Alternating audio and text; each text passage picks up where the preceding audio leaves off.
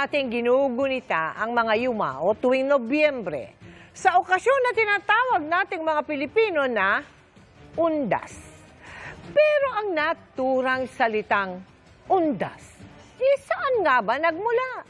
Alamin sa pagtutok ni Mark Salazar. Alam ko marami na kayong iniisip pero dagdagan pa natin.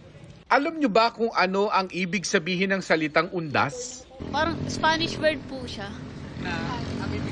Na ang ibig sabihin ay? Pagkamatay. Pagkakaintindi ko sa kanya, araw ng mga patay. Pero yung word, hindi ko alam kung saan siya galing. Undas po, ito po yung problema ng Pilipinas, ay buong bansa. Ay, thank you. So, hindi mo alam. Undas. Ayun po, yung araw ng patay, di ba? Yung araw po ng patay. For sure Spanish kasi nabasa ko siya sa isang book. Naka-note doon is kailangan mong maalala yung mga memories or yung mga mahal mo sa buhay dahil yun lang yung araw na pagunita para sa kanila. Siya ang pinakamalapit na sagot pero hayaan nating ang sociologist na si Dr. Gerald Abergos ang magbigay ng eksaktong etymology o pinag-ugatan ng salitang undas. Alam naman natin lahat na ang wikang Pilipino ay may mga pinanggalingang salita. Ang primary pinanggagalingan natin ay wikang Kastila. Sa wikang Kastila naman ay may pinanggalingan din. Ito naman somehow ay nasa wikang Latin. Now, yung tinatawag nating undas, galing yan sa etymology yan, yung sa Latin, yung honorare, yung honorary, sa Ingles, honorare. Meaning ng honorary is pagpaparangal, parangalan, pagpaparangalan.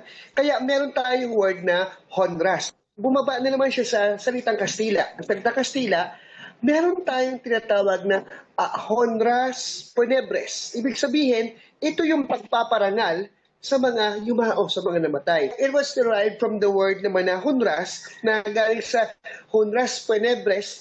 Galing sa Latin at Kastila ang salitang undas pero ang kultura ng paggunita nito ay may iba pa palang pinanggalingan.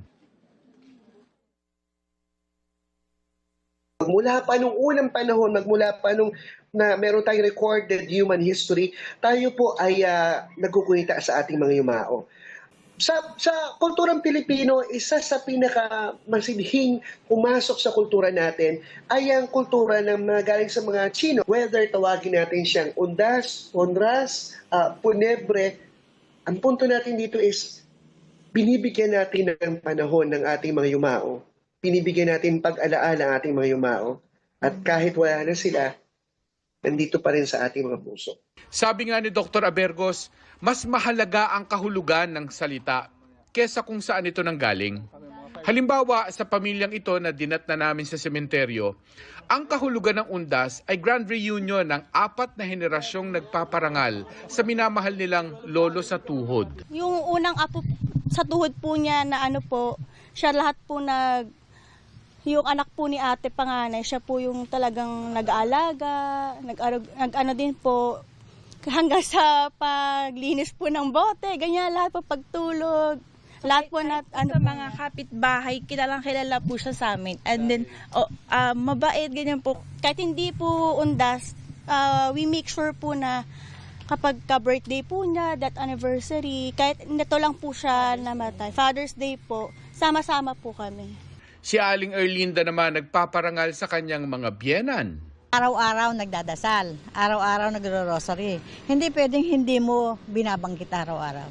Yung aking biyanan kong dalawa na yan, parehas na mabait kasi.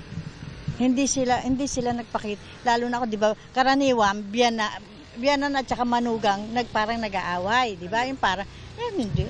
Ginagawa niya raw ito hindi lang tuwing undas dahil araw-araw naman daw ang honras funebre o paggunita sa mga mahal na yumao na. Para sa GMA Integrated News, Mark Salazar, nakatutok 24 oras.